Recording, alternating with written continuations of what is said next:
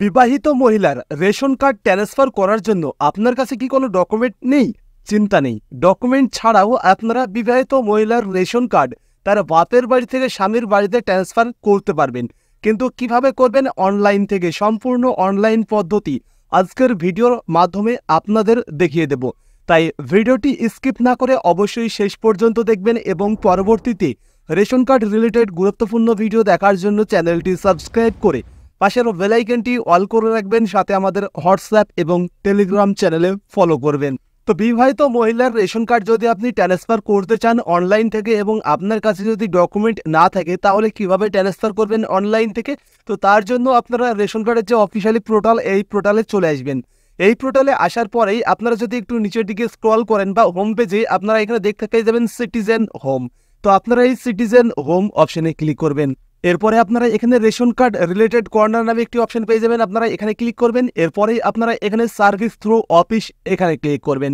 Service through অফিসে click করার পরেই এবার এখানে দুইটি অপশন আসবে, তার মধ্যে একটি হচ্ছে অনলাইন, একটি হচ্ছে অফলাইন। আপনারা অফলাইন এর মাধ্যমেও করতে পারেন, আপনারা অনলাইনেও করতে পারবেন। তবে আজকের ভিডিওয়ে আপনাদেরকে দেখাবো যে আপনারা অনলাইনে কিভাবে করবেন। তো অনলাইনে করার জন্য আপনারা এখানে অনলাইন অ্যাপ্লাই এখানে ক্লিক করতে হবে। এখানে ক্লিক করার পরেই আপনার সামনে কিন্তু সমস্ত রকমের ফর্ম চলে আসবে। রেশন কার্ডের যত রকম ফর্ম রয়েছে সমস্ত রকমের ফর্ম আপনারা এখানে দেখতে পাবেন। তার মধ্যে আপনারা এখানে পেয়ে যাবেন অ্যাপ্লাই ফর 14। তো আপনারা এই ফর্ম 14 এর ওপর ক্লিক করবেন। এখানে ক্লিক করার পরেই কিন্তু আপনার সামনে লগইন পেজ চলে আসবে। তো এবার এখানে কিন্তু আপনাকে লগ ইন করতে হবে। তো লগ ইন করার জন্য আপনি যে মহিলার রেশন কার্ডটি তার বাপের বাড়ি থেকে স্বামীর বাড়িতে ট্রান্সফার করতে চাইছেন, সেই মহিলার বাপের বাড়িতে যতগুলো রেশন কার্ড রয়েছে, অর্থাৎ ওই মহিলার বাপের পরিবারে যে রেশন কার্ডগুলো রয়েছে, সেই রেশন কার্ডে যে মোবাইল নম্বরটি লিঙ্ক রয়েছে, সেই মোবাইল নম্বরটি আপনারা এখানে বসিয়ে দেবেন। মোবাইল নম্বরটি এখানে বসিয়ে দেওয়ার পরে আপনারা এখানে গেট ওটিপিতে ক্লিক করবেন। এরপরে আপনি যে মোবাইল নম্বর ইতিমধ্যে এখানে বসিয়েছেন, সেই মোবাইলে একটি 4 সংখ্যার ওটিপি যাবে। ওটিপি এখানে বসিয়ে আপনারা প্রসিড অপশনে ক্লিক করবেন। প্রসিড অপশনে ক্লিক করার পরেই কিন্তু আপনার সামনে ড্যাশবোর্ড ওপেন হয়ে যাবে। তো এখানে আপনি দেখতে পেয়ে যাবেন যে মহিলাকে আপনি ট্রান্সফার করতে চাইছেন, সেই মহিলার পরিবারে থাকা সমস্ত সদস্যদের ডিটেলস, নাম, গার্জেন নাম, রেশন কার্ড নম্বর, ক্যাটাগরি এবং স্ট্যাটাস। তো এগুলো দেখে নেবার পরে আপনারা কি করবেন? একটু নিচের দিকে স্ক্রল করে আসবেন। নিচের দিকে আসার পরে এখানে আপনারা পেয়ে যাবেন অ্যাপ্লাই ফর 14। তো আপনারা কি করবেন? এর নিচে যে অ্যাপ্লাই বাটন দেওয়া রয়েছে, আপনারা এই অ্যাপ্লাই নাওতে ক্লিক করবেন।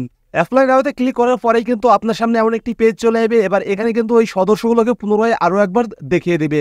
তো এই সদস্যগুলোর মধ্যে থেকে আপনি কাকে ট্রান্সফার করতে চাইছেন সেটি কিন্তু আপনাকে বেছে নিতে হবে। আপনি যাকে ট্রান্সফার করতে চাইবেন তার নামের পাশে এখানে যে টিকচিহ্ন দেওয়ার ঘর রয়েছে, এই ঘরে কিন্তু আপনাকে টিকচিহ্নটি দিতে হবে।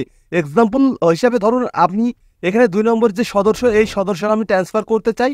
তো এর জন্য কি করতে হবে যে না, এই 2 নম্বর সদস্যর পাশে যে টিকচিহ্ন দেওয়ার ঘর রয়েছে, এই টিকচিহ্ন দেওয়ার ঘরে আমাকে টিকচিহ্ন দিতে হবে।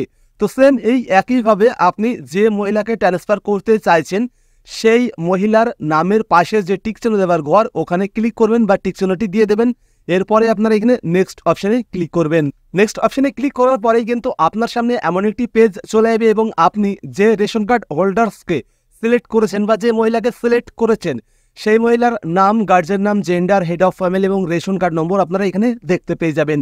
তো এবার এখানে আপনি যে পরিবারে ট্রান্সফার করে নিয়ে যেতে চাইছেন, অর্থাৎ এই যে মহিলাকে আপনি সিলেক্ট করলেন, এই মহিলাকে ইনার বাপের বাড়ি থেকে আপনি স্বামীর বাড়িতে ট্রান্সফার করতে চাইছেন। তার মানে এখানে স্বামীর পরিবারের যে রেশন কার্ড, সেই রেশন কার্ড নম্বর আপনাকে বসাতে হবে।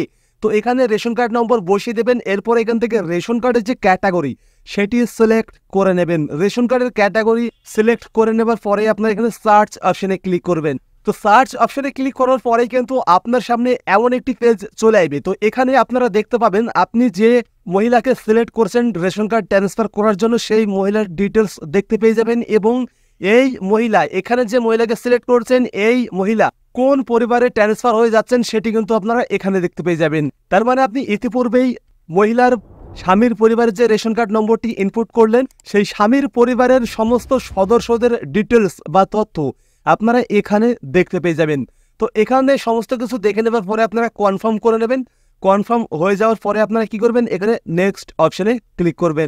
নেক্সট অপশনে ক্লিক করার পরেই এবার আপনার সামনে এখানে প্রথমেই আসবে রিলেশন উইথ HOF, অর্থাৎ যে পরিবারে এই মহিলাকে ট্রান্সফার করে আপনি নিয়ে যাচ্ছেন, সেই পরিবারের হেড অফ ফ্যামিলির সঙ্গে এনার কি রিলেশন, সেটিও আপনারা এখানে উপর থেকে সিলেক্ট করে নেবেন। এখান থেকে রিলেশন সিলেক্ট করে নেবার পরেই এখানে দেখুন বলা হচ্ছে reason for shifting to a new family, অর্থাৎ এখানে আপনাকে সিলেক্ট করতে হবে আপনি ঠিক কোন কারণের জন্য এই রেশন কার্ডটি ট্রান্সফার করছেন।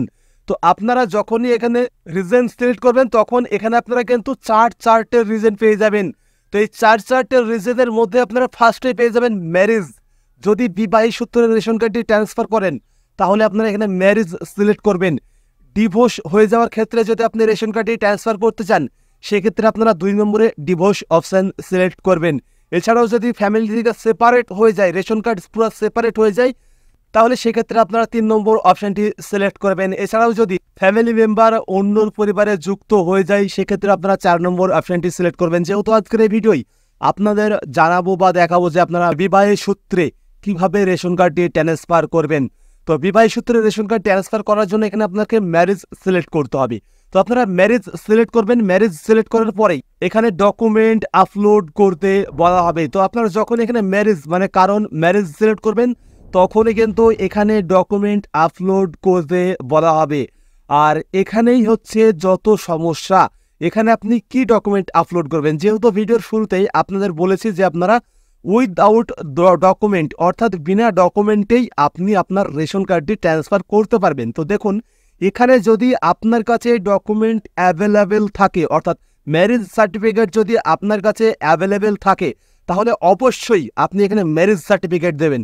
আর যদি আপনার কাছে ম্যারেজ সার্টিফিকেট অ্যাভেলেবেল না থাকে তাহলে আপনাকে দেখতে হবে আধার কার্ড অথবা ভোটার কার্ড অ্যাভেলেবেল রয়েছে কিনা।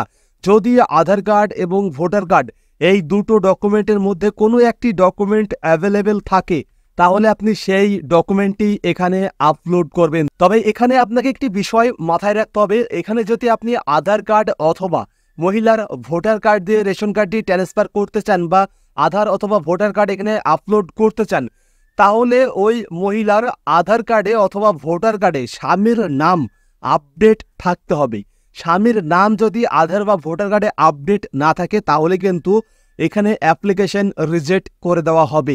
এবার যেহেতু বলেছি যে আপনারা বিনা ডকুমেন্টে অর্থাৎ ডকুমেন্টই অ্যাভেলেবেল নাই তাহলে আপনারা কিভাবে ট্রান্সফার করবেন।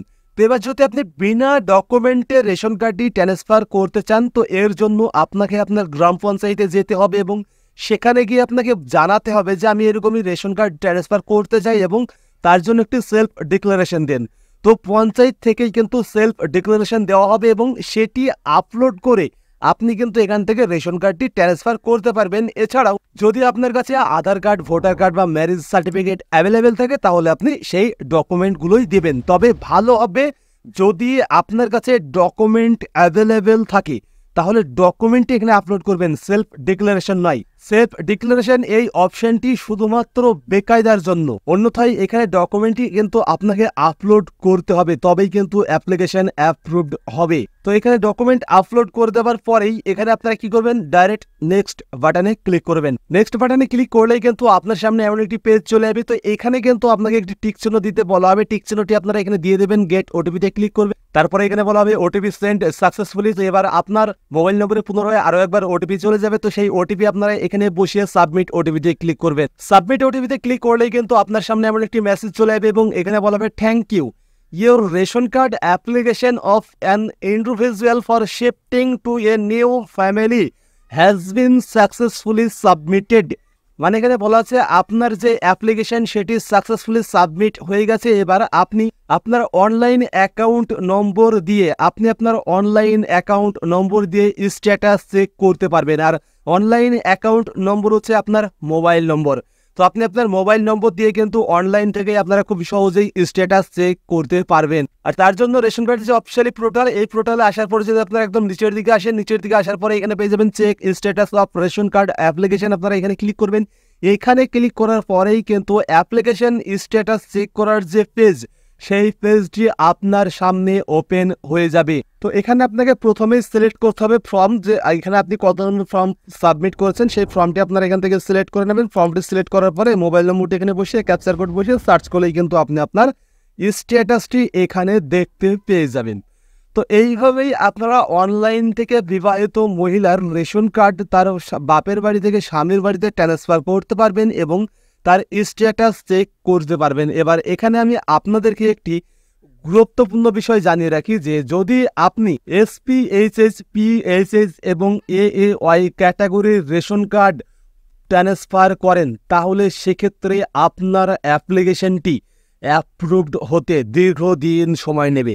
আর যদি RKSY 1 ক্যাটাগরি হয় তাহলে অল্প সময়ের মধ্যেই আপনার অ্যাপ্লিকেশন অ্যাপ্রুভড হয়ে যাবে, এমনকি নতুন পরিবারে রেশন কার্ডটি যুক্তও হয়ে যাবে। ধরুন আপনাদেরকে এক্সাম্পল হিসাবে আপনি যে রেশন কার্ডটি ট্রান্সফার করছেন সেই রেশন কার্ডটি হচ্ছে RKSY 1 এবং আপনি যে পরিবারে ট্রান্সফার করছেন অর্থাৎ এই মহিলার স্বামীর পরিবার, সে পরিবারেও RKSY 1 ক্যাটাগরি রেশন কার্ড রয়েছে, তাহলে রেশন কার্ডটি ট্রান্সফার করলে কিন্তু ইনস্ট্যান্টলি অ্যাপ্রুভড হওয়ার সাথে সাথেই পরিবারে যুক্ত হয়ে যাবে। আর ধরুন এখানে যদি এসপি, এইচএস বা পিএইচএস বা এএওয়াই ক্যাটাগরি রেশন কার্ড হয় সেক্ষেত্রে কিন্তু দীর্ঘদিন সময় লাগবে, কারণ এখন NFSA কোটা খালি নেই, যে কারণে নতুন রেশন কার্ড অথবা রেশন কার্ড ট্রান্সফারের জন্য অনেকটাই সমস্যা দেখা দিচ্ছে এই এসপি, এইচএস, পিএইচএস এবং এএওয়াই ক্যাটাগরির রেশন কার্ডগুলোর মধ্যে। তো আশা করি আপনারা বুঝতে পেরেছেন। যদি বুঝতে না পারেন ভিডিওটি আরও একবার দেখুন, তাহলে অবশ্যই বুঝতে পারবেন। তো এই ছিল আজকের ভিডিও।